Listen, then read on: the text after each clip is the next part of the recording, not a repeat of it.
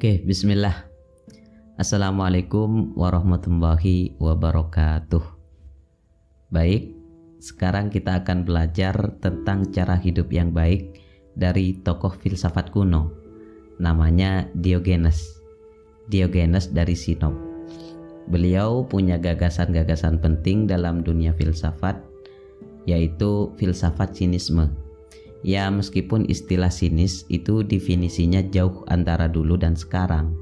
Kalau sinis itu kan mungkin satu konotasi, satu frame hari ini sama nyinyir, bicara yang menyakiti orang lain.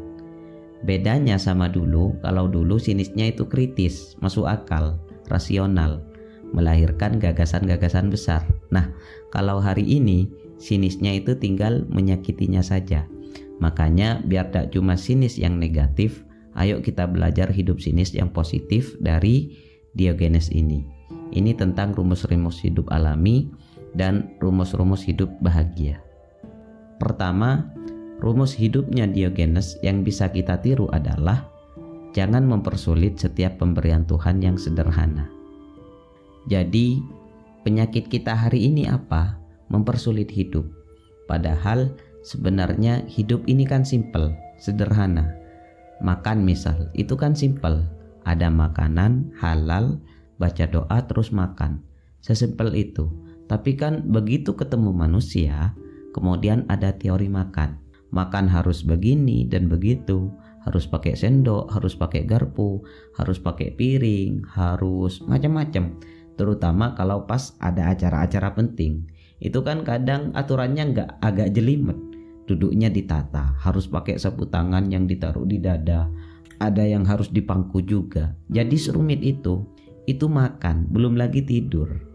Tidur aja oleh manusia kan sekarang ada baju tidur khusus, ada dipan, itu pun tidak cukup selimut, masih bed cover, masih ada spray, masih ada, intinya rumit. Bantal aja ada bantal jenis A, B, C, D. Dalam hidup jadi rumit kan, harus pilih-pilih. Padahal ini cuma urusan tidur yang kemudian oleh manusia dibuat rumit. Jadi coba kita cermati ya, hal-hal simpel dalam hidup yang jadi ruwet. Maka Diogenes gak suka yang gitu-gitu. Dia gak suka mempersulit anugerah Tuhan yang sudah diberikan. Ada cerita gini, Diogenes itu barangnya cuma satu, yaitu cangkir untuk minum. Satu ketika dia melihat anak gelandangan minumnya cuma pakai tangan. Katanya Diogenes, loh pakai tangan ternyata bisa. Ngapain aku punya cangkir? Nah, cangkirnya sama Diogenes dibuang. Loh, mungkin pertimbangannya Diogenes, aku punya cangkir terus sebagian hidupku ada porsi untuk menyimpan cangkir. Naruh cangkir pada tempatnya, nyuci cangkir biar bersih. Itu kan menghabis-habiskan waktu. Wong ternyata pakai tangan aja bisa kok. Nah, itu rumus dari Diogenes. Jadi jangan ruwet-ruwet hidup ini. Jadi ternyata peradaban manusia itu rumusnya adalah membuat rumit hal-hal yang simpel. Makanya ikuti rumus dari Diogenes ini. Jangan mempersulit setiap pemberian Tuhan yang sederhana. Oke, maka kemudian ada beberapa rumusan dari Diogenes tentang cara hidup yang baik. Jadi gimana caranya hidup yang baik? Katanya Diogenes, hidup yang baik itu adalah hidup yang alamiah. Ya, ternyata peradaban manusia hari ini adalah peradaban yang menjauhkan manusia dari hal-hal yang alami. Orang bikin baju, orang bikin dipan untuk tidur, orang bikin cangkir. Itu kan kriteria bikinnya pertama itu kan nyari enak, nyari nyaman. Ternyata hasilnya malah bikin ruwet. Sudah ndak alami malah bikin ruwet. Maka hidup ini katanya Diogenes pakai standar yang alamiah. Yang alamiah itu gimana? Yang minimal. Gak gampang hidup kayak gini. Kita mungkin masih belum bisa. Jangankan ninggal tidur enak, ninggal dipan, ninggal kasur. Kita ninggal HP saja yang gak terlalu penting. Itu kan gak kuat sekarang, gak bisa. Jadi kita semakin tidak alami. Apakah itu secara sosial, secara politik, secara budaya. Dulu secara sosial kita akrab sama orang lain, face to face, ketemu ndak butuh apa-apa. Sekarang mau menyapa saja mahal, butuh HP, harus bayar pakai kota. Padahal rumahnya dekat, tapi malah kita telepon. Yang ditelepon nggak aktif, malah ndak jadi. Ini kan jadi ruwet. Kenapa tidak disamperin dulu? Baru kalau udah ada kita WA, kita telepon. Jadi kita tidak alamiah lagi, sehingga kita banyak kehilangan kemampuan-kemampuan naluriah yang alami. Sekarang kalau kita sakit itu kan andalannya berobat atau ke dokter. Simbah-simbah kita dulu ndak gitu. Misal sakit perut, oh makan jambu muda. Kalau sakit gigi, oh kumur-kumur pakai bata yang dialusin campur jagung. Oh kalau sakit ini minum kunyit, dan seterusnya. Jadi pinter meracik obat alami. Tapi manusia hari ini kita banyak tergantung oleh peradaban-peradaban, produk-produk budaya yang tujuannya semula mengenakkan kita, tapi hasil akhirnya membuat kita ruwet, tidak alami. Nah, itu tantangan dari Diogenes. Berani nggak kita hidup secara alami? Jadi kembali jadi manusia yang alamiah, manusia yang jadi manusia. Karena banyak manusia yang sekarang nggak jadi manusia. Ada cerita, satu ketika Diogenes ini bawa lampu siang-siang ke pasar sambil teriak-teriak, "Aku mencari manusia." Jadi itu sindiran luar biasa. Bagi Diogenes, kita ini sudah bukan manusia hari ini. Mungkin mesin, mungkin robot, mungkin... Jadi kita tidak manusiawi lagi intinya. Apa yang membuat kita tidak manusiawi? Ambisi sebenarnya. Jadi Diogenes ini dikenal sangat berambisi untuk tidak berambisi. Ya mari kita berambisi untuk tidak punya ambisi apa-apa. Karena yang bikin kita tidak manusiawi itu sebagian besar adalah ambisi kita. Ingin jadi ini, ingin jadi itu, ingin dilihat sebagai ini, ingin dicitrakan sebagai itu, ingin mencapai ini, ingin mencapai itu. Akhirnya kadang-kadang yang jadi korban sisi manusiawi kita. Kalau kita kehilangan sisi manusiawi, ya kita tidak manusiawi lagi. Makanya Diogenes mencari-cari mana ya yang manusia itu. Aku tidak lihat manusia di mana-mana. Jadi ketemu yang semua ambisius, manusia yang karakternya seperti binatang. Ada yang kayak harimau, ada yang kayak tikus, ada yang kayak kambing, ada yang kayak sapi.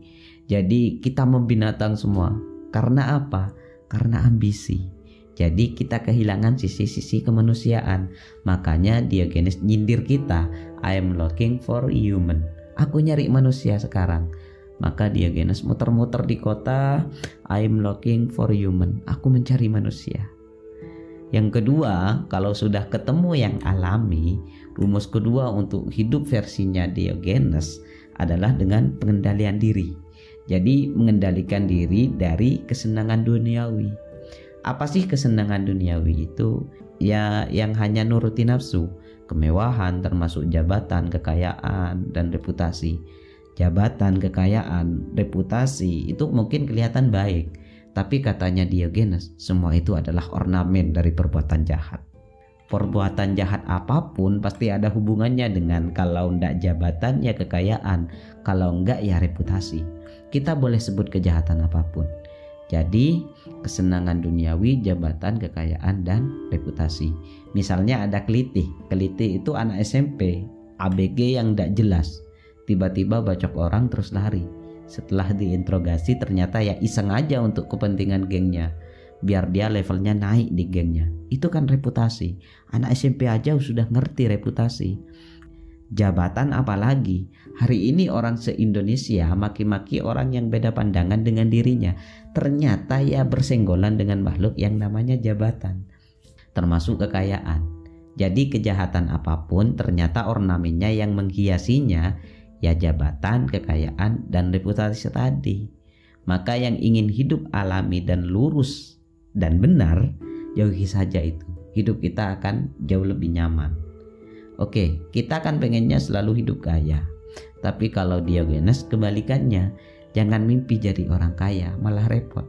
Iya kan, semakin banyak yang kita miliki, tanggung jawab dan kewajiban yang harus kita lakukan jadi tambah banyak, malah repot.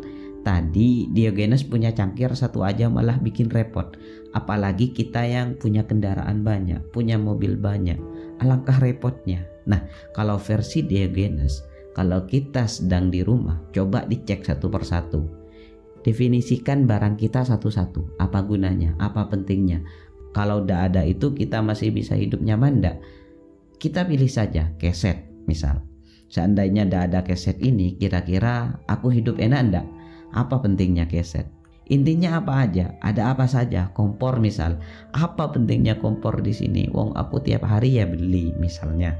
Berapa persen aku butuh kompor ini? Coba tunjuk satu-satu yang tidak penting dijual. Buat apa di situ, cuma nyempek-nyempeki kan? Ada kalimat luar biasa dari Diogenes bahwa sebagaimana rumah besar banyak barangnya, pasti banyak tikusnya. Tubuh manusia juga begitu. Kalau banyak kita isinya banyak, kemungkinan juga banyak penyakitnya. Sumber penyakit itu kan makanan, itu katanya Diogenes. Di rumah kita kalau ndak ada barang apa-apa, percayalah ndak akan ada tikus. Kenapa ada tikus? Karena banyak barangnya. Tapi kalau kosong aja ndak ada apa-apanya, tikusnya mesti ndak mau tinggal di rumah kita. Jadi kalau ada yang ngeluh, duh rumah saya kok banyak tikusnya ya, coba barang-barangnya dikeluarin, jual semua. Pasti tikusnya ndak bakal kerasan, tikusnya nanti gak bakal masuk. Oke, nah itu rumus yang sama kalau kita, wah saya kok sakit-sakitan. Nah coba perhatikan makanan apa saja yang kita makan. Karena sebagaimana rumah yang banyak barangnya, banyak tikusnya, tubuh juga begitu. Kalau banyak diisi, ya kemungkinan penyakitnya juga banyak. Nah rumus yang kedua berarti apa? Mengendalikan diri. Latihan lapar, latihan sakit. Nah ini berguna untuk moral manusia. Orang yang tidak pernah lapar, tidak pernah sakit, kecenderungannya akan sombong, merasa penting, merasa besar. Dan penyakit paling akut dalam dunia moral itu kan sombong. Makanya Allah tidak akan memasukkan surga orang yang ada kesombongan sekecil apapun dalam dirinya. Maka jangan mengeluh kalau kita punya kesulitan apapun, ada kesumpukan apapun. Sekali dua kali sakit sangat manusiawi, menunjukkan bahwa kita itu lemah. Kesadaran ini penting dibandingkan kita yang tidak pernah sakit sama sekali. Dalam rangka apa? Dalam rangka moral, biar kita sadar kelemahan kita. Oke, itu namanya pengendalian diri. Jadi ini rumus bagus dari Diogenes. Oke, nah untuk bentuk konkret pengendalian dirinya apa? Semangat hidup yang asketis. Namanya kalau bahasa Jawa tirakat. Kalau agama namanya puasa. Puasa tidak cuma puasa makanan. Puasa itu tidak mengambil, tidak melakukan apa yang kita sukai. Padahal kita mampu untuk mengambil, untuk melakukannya demi tujuan jangka panjang. Itu puasa, itu tirakat. Kalau ada orang kok tidak tidur malam, tahajud misalnya malam hari sekian ratus rakaat, itu bukan berarti dia tidak bisa tidur. Bisa tidur tapi dia milih tahajud, itu namanya tirakat. Kalau pas Ramadan itu kan kita tirakat, kita puasa, bukan berarti kita tidak punya uang untuk beli makan. Punya, tapi kita milih puasa, milih tidak makan. Itu namanya tirakat. Tirakat itu tujuannya apa? Ya melatih jiwa. Yang utama apa? Biar kita tidak tergantung oleh yang di luar diri. Nah, biar kita tidak terikat di situ, ayo puasa, ayo tirakat. Latihan tidak terikat. Biasanya tidur ya bangun, ya tahajud. Biasanya ngobrol sama temen, ya latihan zikir, latihan wiritan. Itu namanya tirakat. Jadi sumber dari semua problem, banyak problem hari ini, itu karena keterikatan-keterikatan kita. Dalam hidup kita sering kadang-kadang mengikatkan diri pada hal-hal yang seharusnya kita tidak terikat di situ. Hanya nuruti emosi dan ambisi. Jadi latihan hidup asketis katanya Diogenes. Itu latihan untuk membebaskan diri. Ya kalau zaman dulu orang itu terus bertapa pergi ke hutan. Kalau dalam Islam namanya uslah. Itu melatih diri, melatih jiwa. Biar apa? Biar tidak banyak terikat oleh dunia. Oke, lanjut. Katanya Diogenes, orang yang paling kaya adalah orang yang nyaman dengan kepemilikan yang sedikit. Kita tidak punya apa-apa kok merasa nyaman, berarti kita paling kaya. Dibandingkan mereka yang punya segalanya tapi masih merasa kurang. Jadi kalau kita ingin jadi orang kaya, tidak usah merancang besok ingin melamar kerja di mana. Tapi latihlah mental kita untuk bisa menerima yang sedikit. Bersyukur dengan minimal yang kita miliki hari ini. Saat ini juga kita jadi orang kaya. Nggak usah nunggu besok, kelamaan. Nanti stres kalau nggak sesuai dengan keinginan. Kalau hanya kekayaan yang menjadi tujuan hidup kita. Kaya itu kan tidak urusan kuantitas sebenarnya. Urusan orang yang merasa cukup dan merasa lebih. Maka katanya Diogenes, terimalah apapun kondisi kita hari ini. Maka seketika kita jadi orang kaya. Kan selesai. Oke, baik, saya kira itu. Saya akhiri sekian. Kurang lebihnya mohon maaf. Wassalamualaikum warahmatullahi wabarakatuh.